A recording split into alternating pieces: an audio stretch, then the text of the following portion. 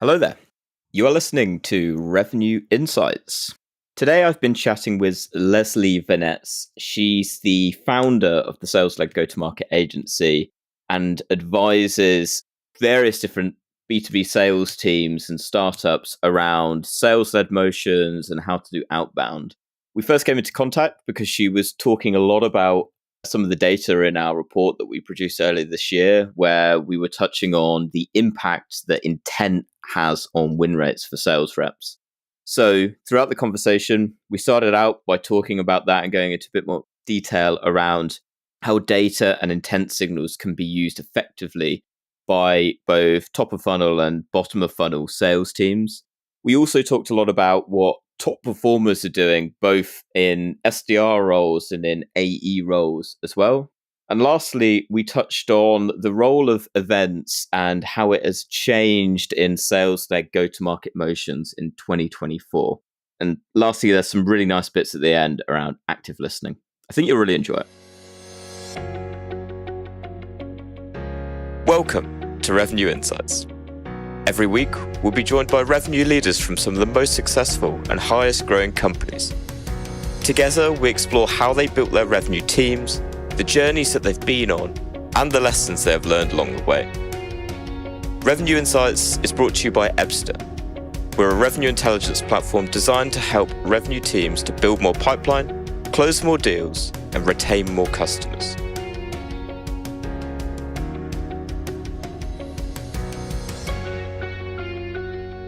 All right, Leslie, welcome. How are you? I'm great, Lee. Thanks. How are you? Very, very good. And very excited. We first came into contact because I know you're incredibly active on LinkedIn. I think you were talking about some of the insights that we shared in our sales benchmarks report, probably about 6 weeks ago before we were recording right now. I think we'll probably get into it. But before we get there, for anyone listening that hasn't come across Leslie Venetz before, can you tell us a little bit more about your story and how you got to where you are today?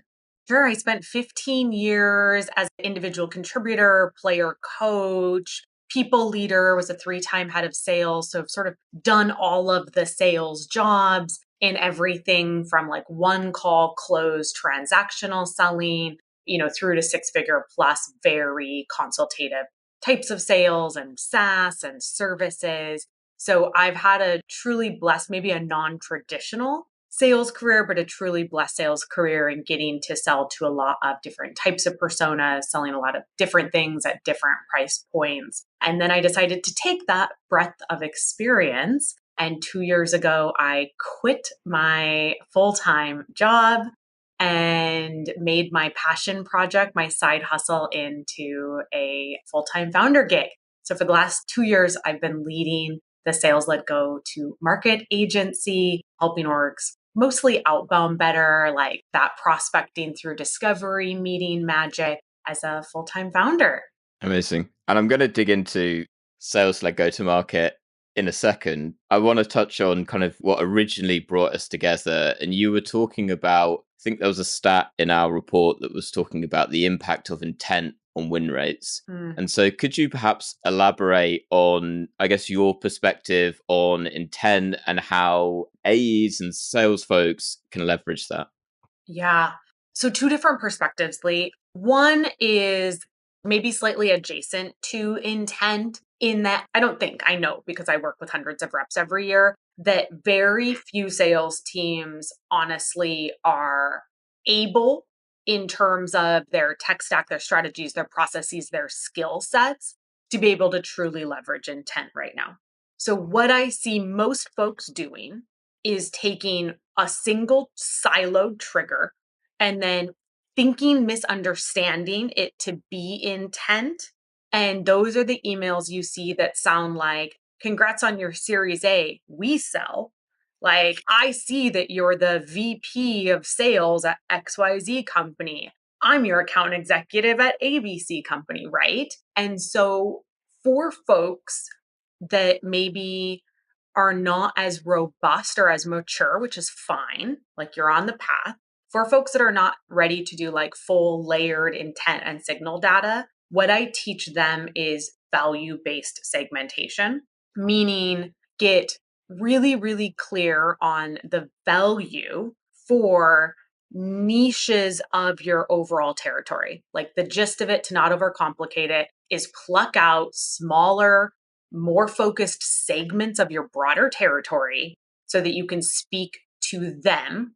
So instead of your messaging sounding like, we work with finance executives in the CPG space, which is so generic and so vague and does not resonate with anybody, you can say, we work with Fortune 500 CFOs in the food and beverage space who have been in seat for less than a year, right? Like you can just be more exacting in your language. And then that allows you to speak with more relevance and deliver value more quickly because you know exactly who your audience is. So that's sort of an aside, but I think it's an important one because I know that in talking to folks, when we start digging into signal and intent data, they can get really overwhelmed immediately. So if you're not quite there, start with value-based segmentation and we can grow into really getting to leverage signal and intent data. I love the direction that you're going with it because this was something that I was planning to probably digging into a little bit later, but let's absolutely go down that rabbit hole now, which would be, to your point of getting to a level of maturity, because in an ideal world, we've got all of these different data signals, and in an ideal world, we have that all coming into our CRM. We're able to look at that objectively and go, okay, I know how I want to craft my message and I want to engage this individual. So from your perspective, when you are getting to that stage where you've got a lot of these signals, how are you recommending that teams then take that and start to get teams bought into this idea of leveraging data signals within their sales process? Yeah. So the litmus test for AEs, for anybody that's using this signal, this intent data, is what I'm about to say to them going to matter to them. And I know that sounds simple, but it very muchly is one of those instances of simple, not easy, to the extent that I built my entire sales methodology that I teach around it, like earn the right, which is, have I shared something or said something or done something to earn the right to this ask, whether that's their attention and time to read an email or to meet with us or to, consider investing their resources with us. So when it comes to using intent data, what I would challenge folks to do is ask, does this piece of intent actually relate to what I'm selling? Like, can I use this piece of intent data to share something of value, maybe a non-obvious insight, maybe a relevant, infographic or a case study with them? Because often when we're looking at single intent signals, like maybe we've moved past like the congrats on your round or this is your title. Maybe we've gone a little bit deeper and we're looking at headcount growth. Or on the other side, maybe a bunch of layoffs, or maybe they launched a new podcast, right? So maybe we're getting into some more meaty intent signals. What I still see folks run into as a problem is that they will say, I saw that you've reduced your headcount by 20%. Here's the feature that we have that can solve this problem for you. And that still doesn't quite resonate with people. So what you might want to do is create some layers. So they have, let's say, a 20% increase in their sales headcount. What else would we be able to see that they're doing that would tell me they really are going to get value from having a sales conversation with me? So if it's a 20% like increase in headcount and maybe I sell like a sales enablement platform, maybe I'm also going to see if they've hired new leadership or promoted people. Maybe I'm going to see if they did like close a round, but I'm going to try to pull in multiple signals that tell a broader story. Like I use data from Zoom Info and then from another tool called Common Room. So I'm really lucky because I can pull in first, second, and third party signals to be able to like connect the dots. I guess that's the gist of it, Lee, is like, how can we not just use a single trigger in a silo? How can we look at all of the breadcrumbs that our contact, that our account are leaving across the internet and connect those dots to make sure that when we are reaching out, we're reaching out with a very clear story of how we can help them versus just like repeating the news back to them and then expecting them to give a heck. I love everything that you're saying. And something, when I was kind of looking through some of the stuff that you talked about on LinkedIn coming into this conversation, you were talking about building repeatable processes.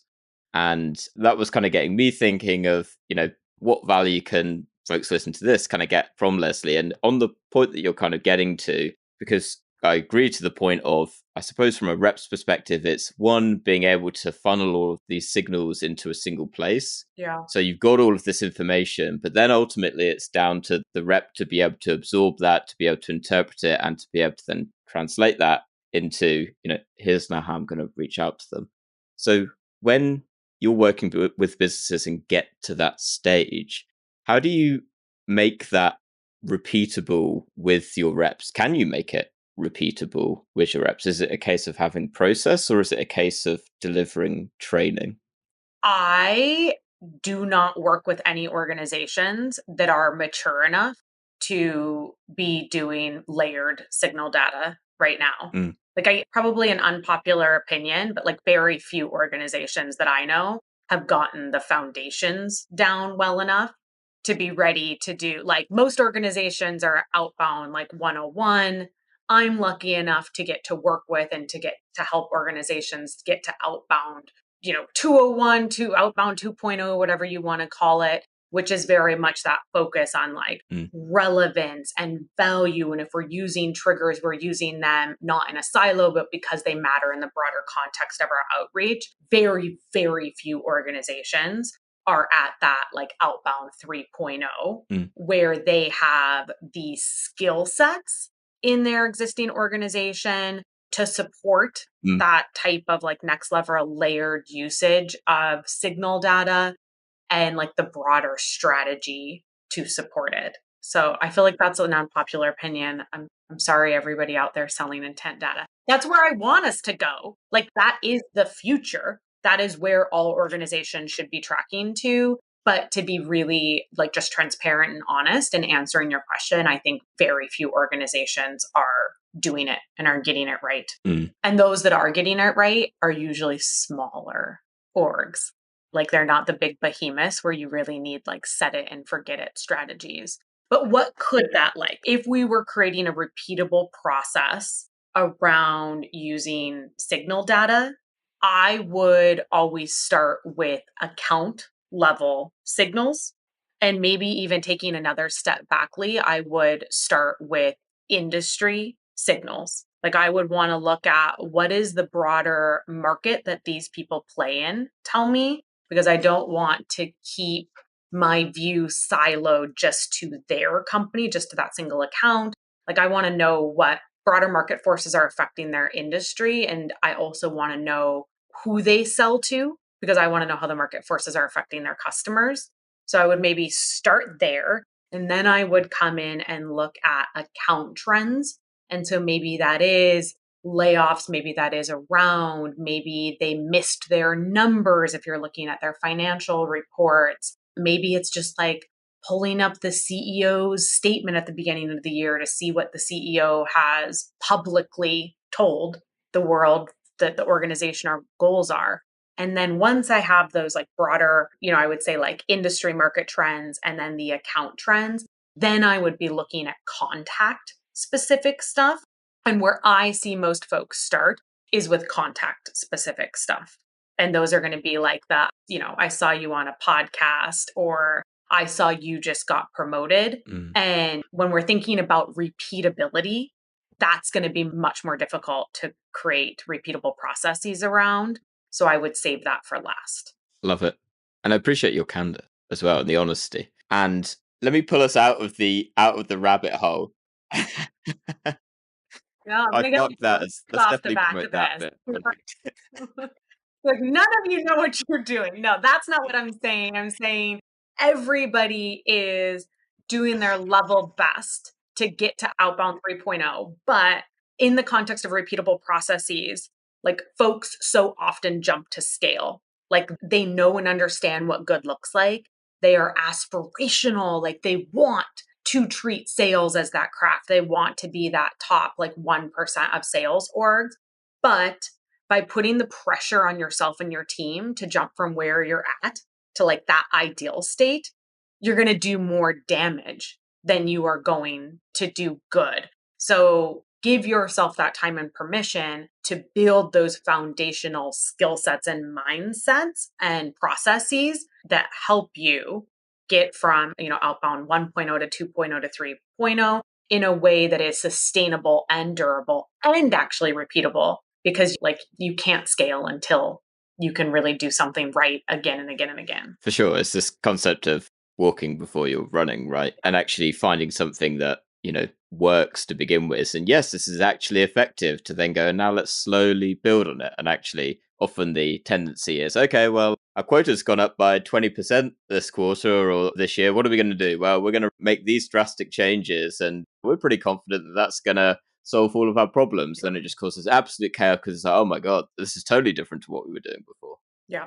Let me pull us out of that rabbit hole, and going to start, I guess, kind of broadly. What's exciting you most about sales-led in 2024? Oh my gosh, what's exciting me most? So many things, Lee. So many things. I think some of the most exciting motions that I'm doing are around events right now. Like, events are back. People are really excited about them. There is more appetite than I've ever seen before for CROs or for sales leaders to really understand that events are still an outbound sales-led motion. So I think some of the most exciting work that I'm doing right now are helping organizations understand that you're underutilizing events if you are purely looking at them as a marketing activity and like setting up the booth and then just like sitting and waiting for folks to come to your booth and hoping for the best. And instead, we're building some really strategic ways to have events be really a single touch point in a broader sequence of outreach. So if we look at taking a multi-channel approach, we're still going to have emails and social touches and phone calls.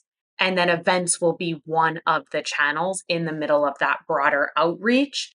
And what we're really doing then is almost bringing like key accounts approach into events where you're not going to meet with all 1,000, 10,000, 5, whatever, how many people are there. You are looking at that attendee list and you are pulling out maybe 10 or 20 contacts, where if you could even meet with a couple of them, that would be a game changer for your pipeline. So going in to the event with this really strategic approach to who would be most valuable to meet with, and creating your entire event plan around facilitating those face-to-face interactions, and then making sure that you are creating a plan beforehand to help those interactions occur on site, and then creating a plan afterwards. If you meet with them, how to nurture that. And if you don't meet with them, how to not just give up afterwards, because you still have that shared common experience. I think that is, like I was saying before we went on camera, that I love sort of blurring the lines between demand gen and lead gen, or between marketing and sales. And I think doing event-led, like cold outbound, is a really fun way to bring that to life. I love that you mention it, and there's probably a couple of reasons why I love that you mention it. One is from doing the analysis that we touched on earlier, and I'm not going to be able to remember the number off the top of my head, but we were looking at, the percentage of pipeline that's often created from different sources, from outbound, from paid search, from events, and then how that translated through into an ROI. Everyone always picks out on that particular graphic, like from a partnerships perspective, how little you're investing, but how much it can eventually lead to in terms of ROI. And not many people, other than a few people who were kind of annoyed at me, to be honest, that from an events perspective, it's, oh, hey, we're spending, tens of thousands, hundreds of thousands sometimes on running these events, and it looks like the ROI is really low. And kind of, I started to dig into the numbers a little bit more, and to take the words out of your mouth, like the blurred lines of it, it's like, well, it depends how that has been attributed back on in terms of how we see it in the data. And I love hearing your example of how the perspective is changing on events. Because as a marketer, when we've run events before, it's almost like, okay, thanks marketing, we rock up, we're on the stand, and now we just kind of wait for all the leads to come to us. And then almost as if it's some kind of transactional sale, but it doesn't work in that way. And from my perspective, great to hear that the perspective on events is changing, because I think buyers are starting to appreciate and get a lot more value from those in-person relationships. And it's almost the partnership that you're building up between both the buyer and the seller of, we are in this together, right? And that all comes back to the very founding kind of core principles of sales, right? Which is building strong and meaningful relationships.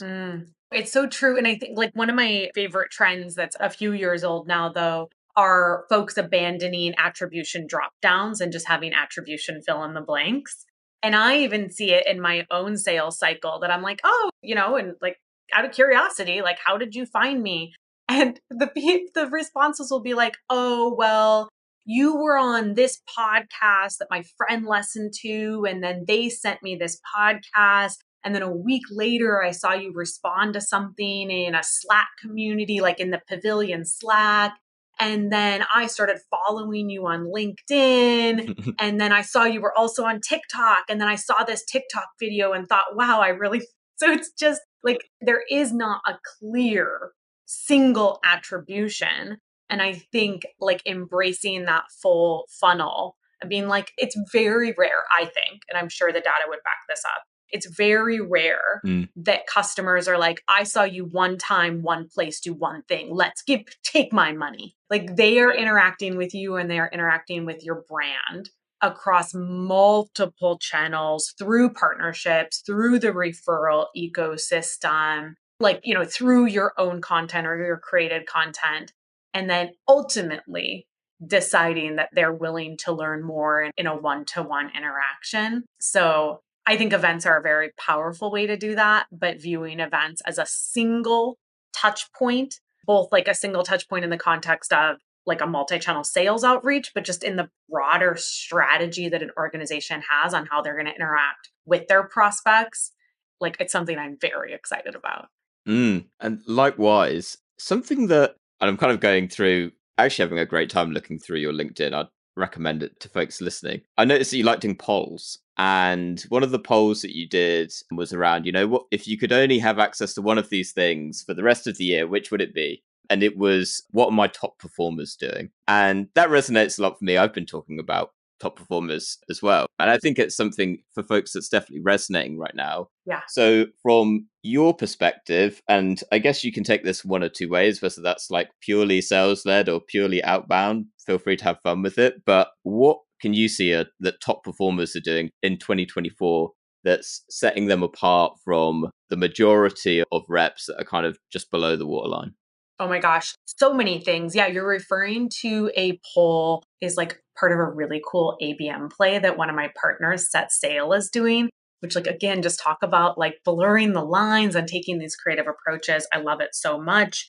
I was like a little bit surprised of all the dashboard options that was the one that were like, if I could only have a single dashboard, the number one thing I would want visibility into is what are my top performers doing differently. So a few things that I see very early in the funnel, I see like the SDR, BDR, ISR persona taking a more robust approach to their outreach. And what that avoids is either under contacting or over contacting prospects. So that's a big difference. I know in the SaaS world, it is easy to assume that like everybody has a sales engagement platform, everybody has like an email automation platform. That's not the reality that exists in B2B sales. Like that is something that we see with almost like, 100% assuredness as part of the SaaS tech stack. That's a very SaaS specific thing. So when we look at like top reps that are not supported by a sexy little tech stack that includes, a piece of software that can help you put in your sequences and send emails, just really being sure that things don't get dropped too early or opposite, they don't get over contacted. For folks that are working in a tech stack, I would say the big differences are like pulling out and doing manual steps when necessary. So they're using a lot of automation, like amazing, let's use this AI, let's use this automation where appropriate. But they're also paying attention to maybe those trigger events or maybe a buyer action or a prospect action in the way that they are interacting with you, and they are going out of sequence to create that hyper personalized touch point when it's appropriate. I would say that's a big one. And then I would say the other one is they are really good at time management. So they keep their steps on time. And so they're just better at optimizing for the process of stacking steps, which psychology and, sales data tells us that by keeping our steps on time and optimizing for that concept of like stacking, getting in front of our prospect in enough different places with enough of the right messages in a short enough timeline that they're more likely to respond. So that's what I would say is top of funnel is just like a really robust approach. They're not doing willy-nilly outbound. And then I would say for AEs, biggest differences are multi-threading and multi-threading like 3 to 10 prospects per account.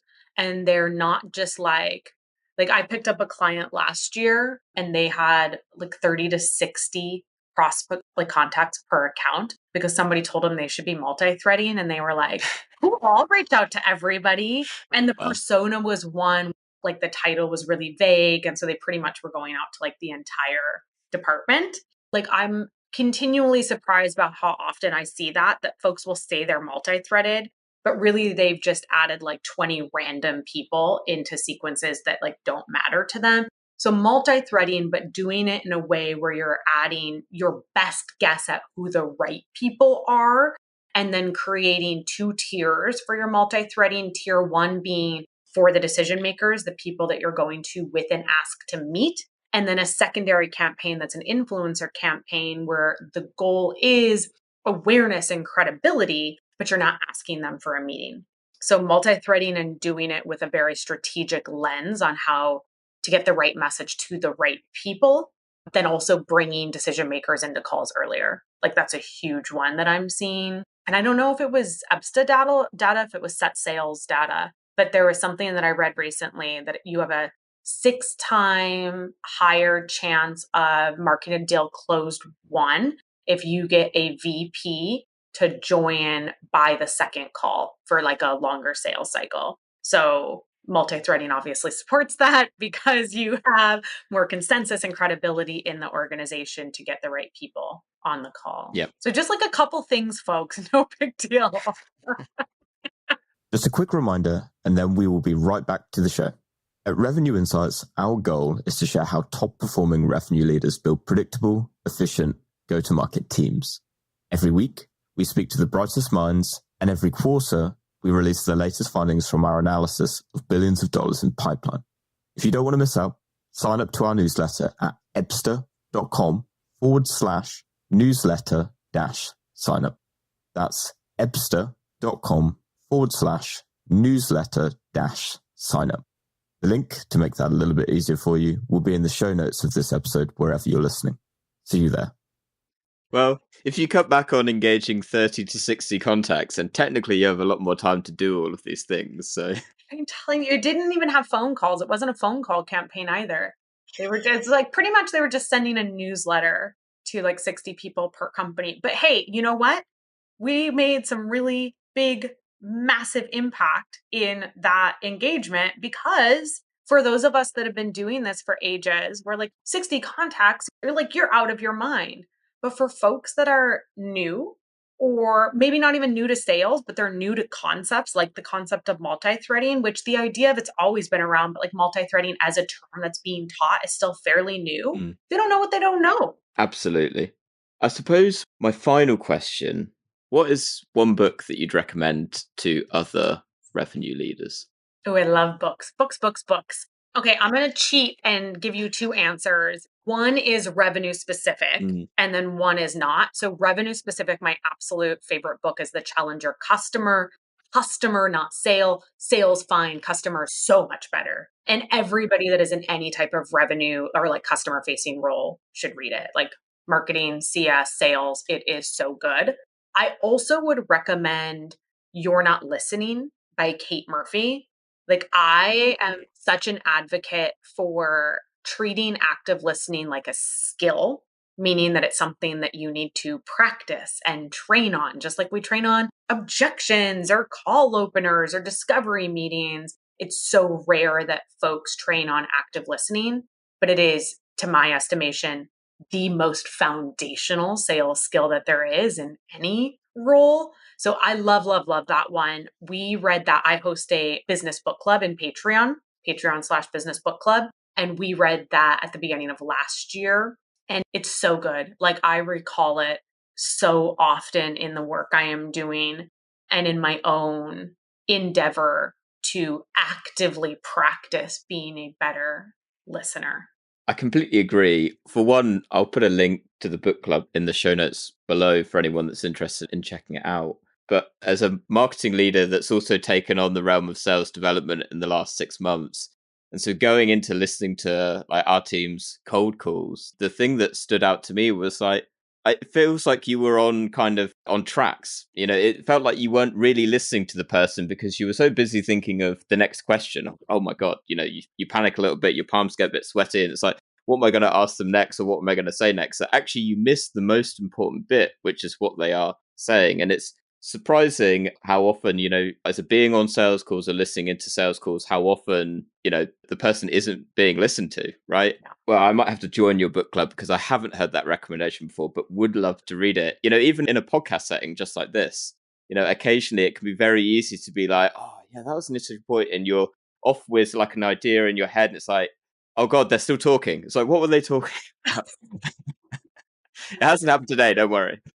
Like, you're so right, though. Like, the product that I built the sales-led go-to-market agency on before when I was doing it as a side hustle, was this training series. And so I have a session on active listening. It's a 7-session series, like going through the discovery and setting the agenda with clients. And I push really hard to have active listening be the first session.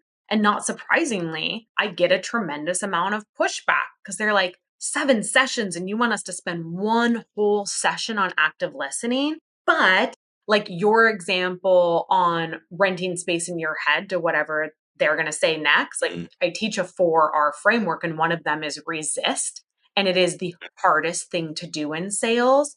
And I think for me personally, I'll throw myself under the bus here, not even renting space in my head. It's hard to resist sharing a relatable story. Yeah. Like, that's so hard for me. So I have to practice doing it. Like, I have to practice remembering, if you share a relatable story, you're making it about you, not about them. Like, you're taking the spotlight off of them. And I also find it very hard, particularly if I am talking about something I've sold for many, many years, on not wanting to like jump into being helpful and assuming that I know what they're trying to communicate. Because it's like, I've heard that 100 times before, Janice. Like, let's just get to the point. So there's I think it is hard to overestimate how much of active listening is resisting the temptation to like be helpful, to rent the space in your head, to say this story so that you just remain present. And that type of presence genuinely does take practice. I love it. Absolutely pertinent, whether you're in sales or podcasting, it seems. Leslie, it's been a delight having you on. For anyone that's listening, I think I've mentioned it already a few times, but if they want to reach out, if they want to connect, where can they find you? Yeah, find me on LinkedIn. That's my primary channel. I've been posting there every single day for over 1,000 days. And then if you want to learn about working with me and doing any of the things that I talked about today that you were like, that sounds cool, but very overwhelming, I have your back. My website is salesledgtm.com. Amazing. I will include all of those, as well as the book club, as well as the Challenger Customer, and You're Not Listening, down to the show notes below. Leslie, thank you so much again. To everyone that listened this week, thank you too. Thanks, Lee. Thanks, everybody. Have a great day. Thanks for listening to Revenue Insights. If you want to learn more, subscribe to our newsletter and we'll deliver every episode straight to your inbox. If you have any questions, feel free to connect with us on LinkedIn. Our links will be in the episode notes. See you next week.